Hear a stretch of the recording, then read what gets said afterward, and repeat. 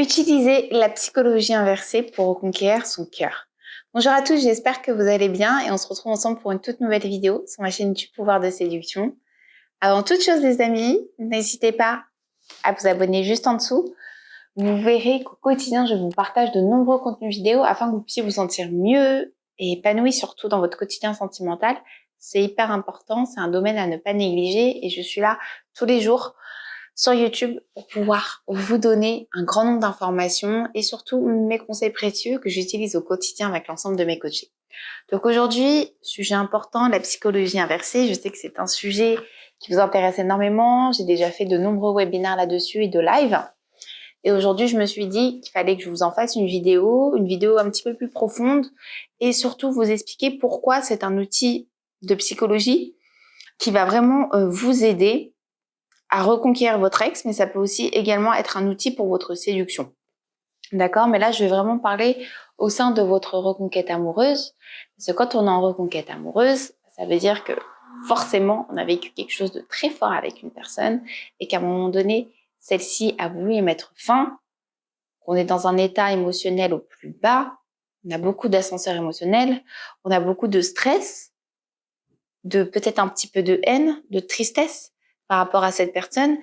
Et en plus d'avoir ces émotions négatives par rapport à la personne qui nous est chère, par rapport à notre personne aussi, on est dans un état négatif parce que on se sent dévalorisé, on perd confiance en nous et on se dit qu'on a vécu un échec et qu'en quelque sorte, on n'a pas le droit au bonheur. Donc c'est vrai que suite à une rupture sentimentale, c'est pas facile. Ça, je suis totalement consciente, je le vis avec vous au quotidien. Moi-même, j'ai vécu cela par mon passé, c'est bien pour ça que j'en ai fait mon métier et que je me suis vraiment intéressée sur le pourquoi du comment on a toutes ces émotions et pourquoi des fois les schémas peuvent être répétitifs, que ce soit avec d'autres personnes ou même avec nos ex. Parce que des fois, vous pouvez arriver à votre conquête amoureuse, mais si elle n'a pas été bien gérée, vous pouvez être sûr, les amis, c'est peut-être pas forcément cool ce que je vais vous dire, mais c'est réel. Si vous gérez pas bien votre conquête amoureuse et que vous utilisez pas les bons moyens, vous pouvez être sûr à 95% à peu près d'avoir une rupture sentimentale supplémentaire. Et là, waouh! Déjà qu'il y a une rupture, c'est pas forcément facile de pouvoir recoller les morceaux afin de pouvoir créer en quelque sorte une nouvelle relation basée sur de nouvelles valeurs, de nouveaux projets. Mais alors quand on a subi 2, 3 ruptures d'affilée, on s'épuise. Même la personne en face s'épuise. Et que généralement, vous arrivez à reconquérir parce que vous êtes tellement dans un état de mal-être que 90% des cas, la personne revient vers vous parce qu'elle culpabilise. Et c'est jamais bon, en réalité. Si vous voulez que la personne puisse revenir vers vous, mais par rapport à votre valeur, sur le fait que vous soyez positif, qu'elle a envie de revenir parce qu'elle a envie de se reprojeter, parce qu'elle a vu en vous votre potentiel, elle a vu en vous le fait que vous vous êtes amélioré en fait. Vous n'êtes plus en dépendance affective, vous n'êtes plus dans une jalousie excessive, vous n'êtes plus dans un stress permanent. Il va falloir travailler. Donc c'est pour ça que très souvent les reconquêtes amoureuses, elles sont un petit peu plus longues parce qu'on prend le temps de pouvoir changer, de prendre le temps de s'améliorer, que ce soit au niveau personnel, que ce soit au niveau de la séduction, que ce soit au niveau de la communication. C'est un gros taf, les amis, si vous voulez pouvoir, après par la suite, reconquérir votre ex, mais qu'il n'y ait plus de rupture. Et c'est là où je veux en venir par rapport à la psychologie inversée. Ça va être un outil psychologique énorme. Qu'est-ce que c'est la psychologie inversée? L'art de la psychologie inversée, qu'est-ce que c'est? J'aime bien parler d'art au niveau de la psychologie inversée parce qu'à partir du moment où vous avez bien compris l'outil, que c'est fluide, ça va être naturel et c'est vraiment hyper intéressant au niveau de la communication et au niveau des émotions. C'est pour ça que j'appelle ça un art, l'art de la psychologie inversée. Donc c'est pour ça que si vous utilisez cet outil, il va falloir être patient parce que ça demande du temps pour pouvoir créer une émotion différente chez votre ex. Qu'est-ce que c'est la psychologie inversée? C'est tout simplement, vous voyez l'état où vous êtes actuellement, parce que la personne ne vous répond plus, parce que la personne ne vous prête plus d'intérêt, parce que la personne n'est pas forcément en accord avec vos valeurs, n'a pas suffisamment d'envie de revenir vers vous, vous vous sentez mal en fait.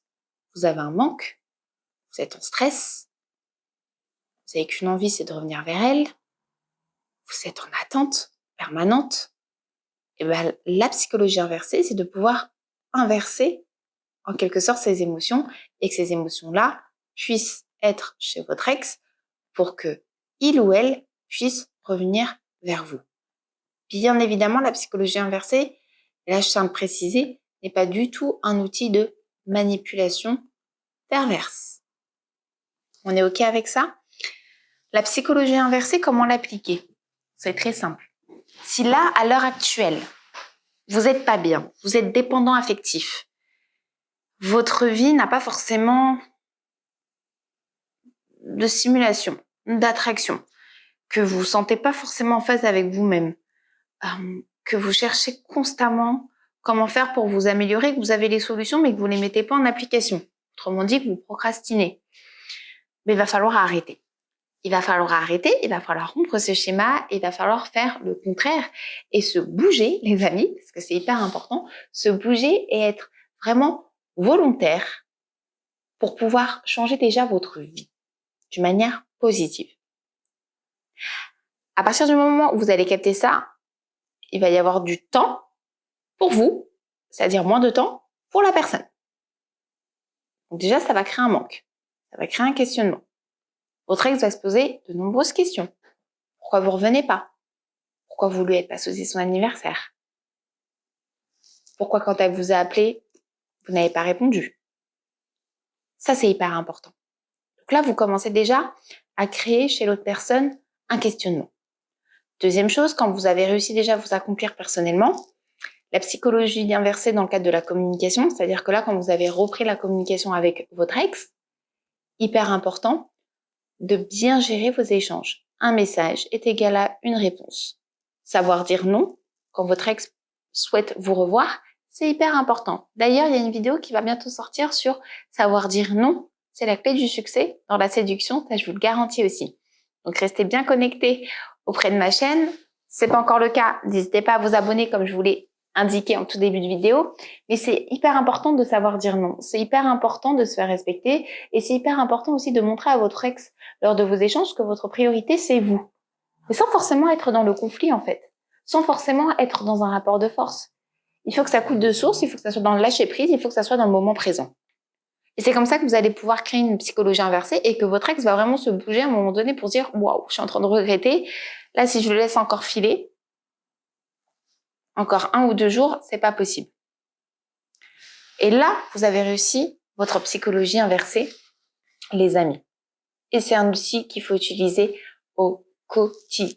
C'est-à-dire que ce n'est pas juste dans une reconquête amoureuse, c'est aussi dans votre séduction ou lorsque vous allez être en couple au quotidien. Savoir dire non, ça n'a rien d'égoïste. Savoir prendre du temps pour soi, c'est hyper important. Pourquoi? Parce que quand vous allez vous retrouver avec votre compagnon ou avec votre conjointe, ça va être d'autant plus fort et ça va vous permettre de créer des moments uniques. Et plus vous allez vous préoccuper de vous, plus vous allez être positif, plus vous allez pouvoir avoir de nouvelles choses à raconter, plus ça va être attrayant et plus vous allez pouvoir créer des projets ensemble et plus la personne en face de vous sera consciente de votre valeur.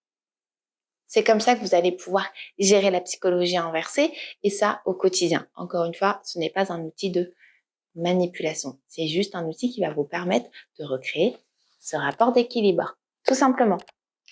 J'espère en tout cas que cette vidéo vous aura plu, les amis. Si vous aviez la moindre question, vous n'hésitez pas.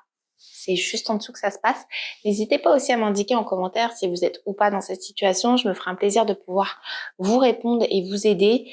Bien évidemment, si vous voulez un travail supplémentaire, n'hésitez pas aussi juste en dessous à vous rediriger sur mon site internet pouvoirdeséduction.com pour pouvoir peut-être prendre une séance avec moi et au moins je pourrai mieux saisir votre situation personnelle et vous aider d'une manière très efficace et personnalisée.